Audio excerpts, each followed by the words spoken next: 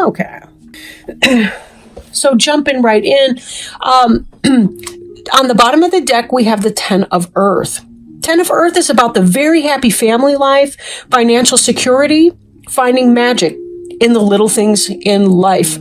This is really about having it going on, having a nice, solid, happy home life. This is about having material well-being. Doesn't mean we're all Rockefeller rich, but it just means that we have enough and we don't have to worry that we're going to eat tomorrow. We don't have to worry that there's a huge gaping hole in our roof. Now, God forbid somebody actually did have an issue with the roof today, but you get the point.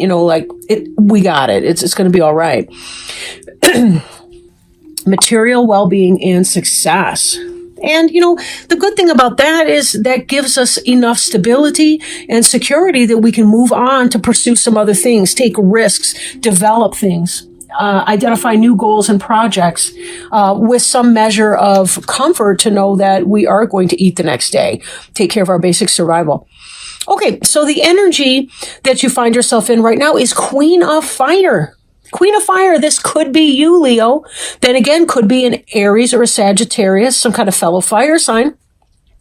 But this is a person who is confident, warm, intelligent, and graceful.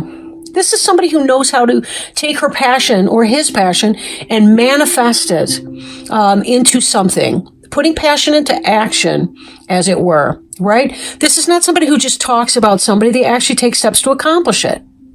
Right? Just like fire needs some kind of a fuel, it needs wood, which is an earth element, right?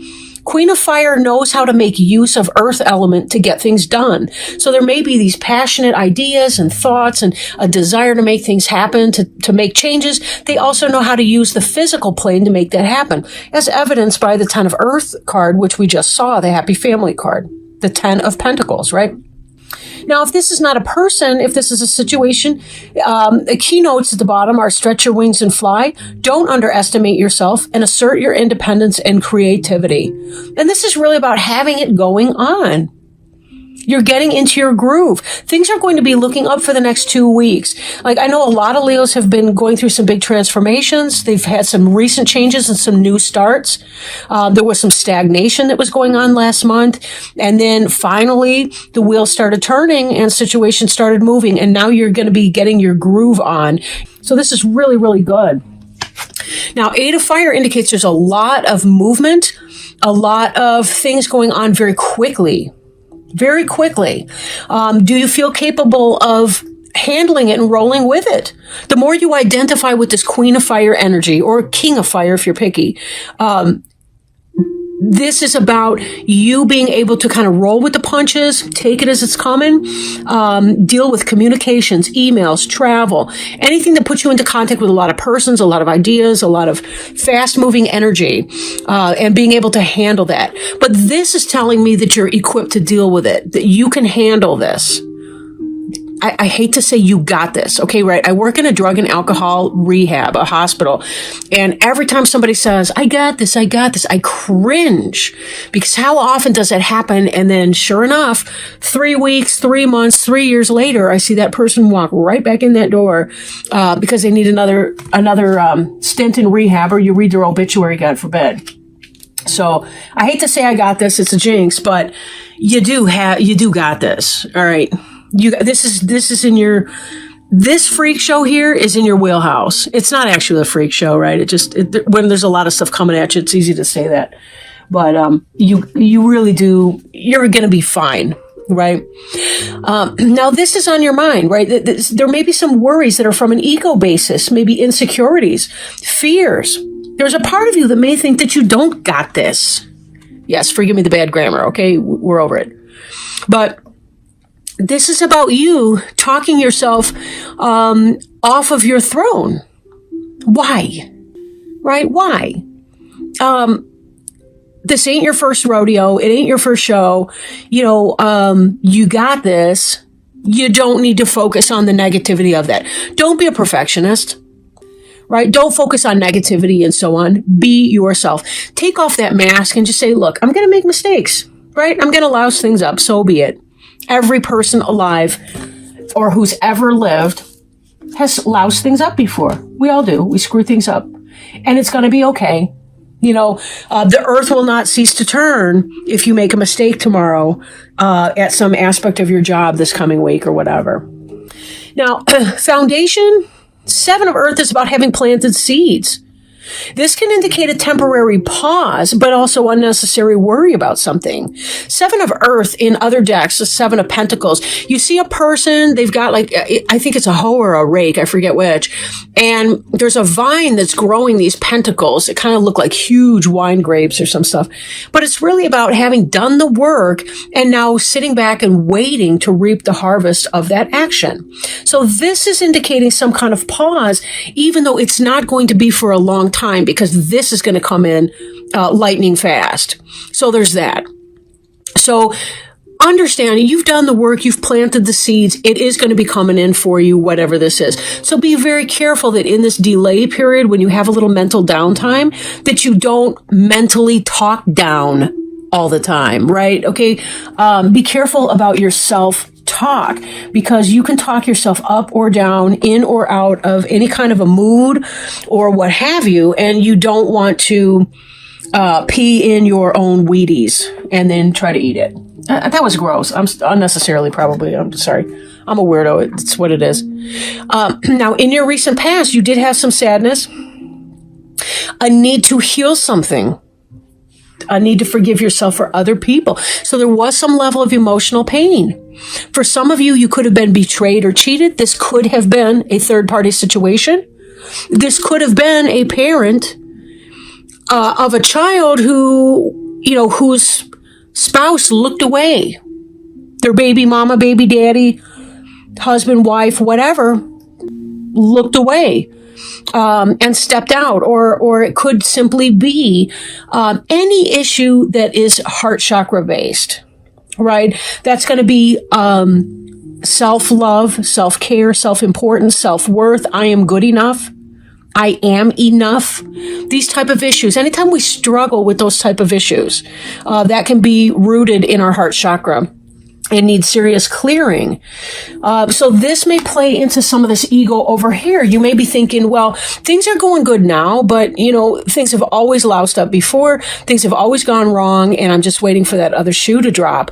Don't manifest that, because a lot of times how we talk to ourselves is exactly what we're going to wind up manifesting. You can walk around with a little rain cloud over your head and not even realize it. And other people pick on that, especially people that might not be of good character. And they want to see you fail. They want to see you suffer, and they don't care. It doesn't have to be like that. So just hang tight and know you'll be okay. But check that. And be sure that you're laughing at yourself too when you do make a mistake. Because it's okay to do. It's not that serious, right? Unless it is serious, it's probably not that serious. This doesn't seem to me like a big, I want to say conflict as in a crisis. This doesn't feel like a crisis. This just feels like a person having a dialogue with the parts of themselves that they want to divorce themselves from. And for some of you, if it is a more serious issue than that, there still is that place of don't berate yourself. Like if this is for you, somebody stepping out, cheating, divorce, or heartbreak from somebody not stepping up to the plate, somebody not being a right guy or a right gal, don't berate yourself for that. Don't talk down to yourself. Don't never find anybody else again, or don't talk to yourself in that way, or don't own their stuff. You'll know what's yours. You're not stupid. You're wise. You will know what is yours. You will know what is not yours, and be very careful on that. But be sure that you're not focusing on unimportant things. And by unimportant things, I mean worrying about things that may never, ever happen. Anxiety is living in the future, right? Depression is living in the past. We just have to focus on this now moment and live for today. And if today is too big, break it down into the millisecond that you're in right now. How do I get through the next 2 seconds alive? How can I distract myself? What kind of behaviors can I do to get myself through that? Because you really are. Even if this person is not you, this Queen of Fire, and I suspect for a lot of you it is, this is still somebody who's going to help you. This is really helpful energy. It's benevolent. Now, future, this is in the near future. We see the star. And the star is about guidance. It's about hoping. It's about prayer. It's about prayer being answered. This angel is delivering the waters of life for you. You know, there's a lot of metaphor about water in the Bible, for example, and about water and how we thirst for knowledge. We thirst for connection with our Creator, our source, for God, for truth, for wisdom, for the light, for love, right? All of this. You prayed, I want to say, on a star, not necessarily literally on a star, but certainly heaven is providing this for you. They're bringing this heavenly water down to the earth for your nourishment. That is your physical and spiritual nourishment. The star is guiding you. When you don't know where you're going, the star is guiding you. It's helping you to navigate through landscapes that may be unfamiliar to you. There's a reason that you're here, Leo. There's a reason you're here. There's something that you're born to do, and there's something that you're working on. There's a project, and it's important. Every person is important. Everyone matters. It may not feel that way sometimes when we're feeling kind of alone or whatever, but every person matters. People come in and out of our lives, and you don't know what's coming up ahead, but this star is here to guide you to your next best destinations. And here to keep you, making sure that you're hitting all the points that you're supposed to in your life contract, whatever it was that you agreed to do or that you were here to learn when you came here. This awakening card really encapsulates the whole thing we just been talking about, right? This idea of looking at things from a different perspective, not tripping yourself up. And this came up for Cancer too. You may want to watch Cancer for that reason. But this has to do with not talking yourself out of things based on insecurity, not worrying about what other people think, in a sense, right? This ego energy feels a little bit different in the Cancer read than it did in here, but it's important because this is about taking a new perspective, not living in your past where people hurt you and you had some level of insecurity. This has more to do with, in looking at it from a different perspective, you can see, oh, maybe I don't need to take that personally. It's not about me, right? Maybe I can just sort of let go of that and be okay with, what if I screw up? If I laugh with the class, then they don't have a power over me or whatever. I'm assuming you're a teacher or a lecturer. No, of course you're not, maybe. You know, in that example, right? This is about you taking care of that and thinking your way into a new direction. Again, it's kind of this you got it thing. And this Seven of Earth, which one of these keynotes, unnecessary worry. And if it weren't printed on the card, I probably wouldn't have gone there for it. But it really stuck out for me. You know, because I'm thinking of this as harvest. But it is true. We do reap what we sow. And when you relax and allow yourself this new awakened message, this you're leveling up in your spiritual journey. You're evolving in that journey. Now, awakening can also be about some new experience that you've never experienced before. Look at this, right? I've got this in your environment right here, the King of Fire. So the energy you're operating in is Queen of Fire, and your environment is the King of Fire. Either you're coming off as King of Fire, you're very stable, balanced in all these different ways, or for some of you, this could be a love thing. That star card is about twin flame or soulmate relationship. These are a match for one another. Some of you Leos are going to be meeting somebody very, very special.